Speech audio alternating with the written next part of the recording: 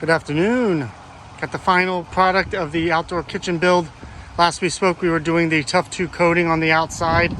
I used the sponge to texture it all in and also to fill the corners with some fiberglass wrap, and then coated that. By code, you need vents on either side for the outdoor natural gas.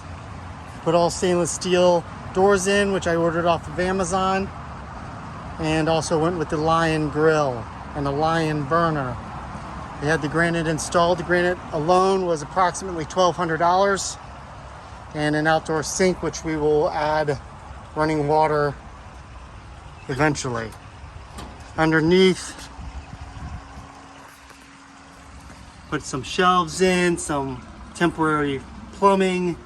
I had to reinforce the top to make sure the granite had enough support,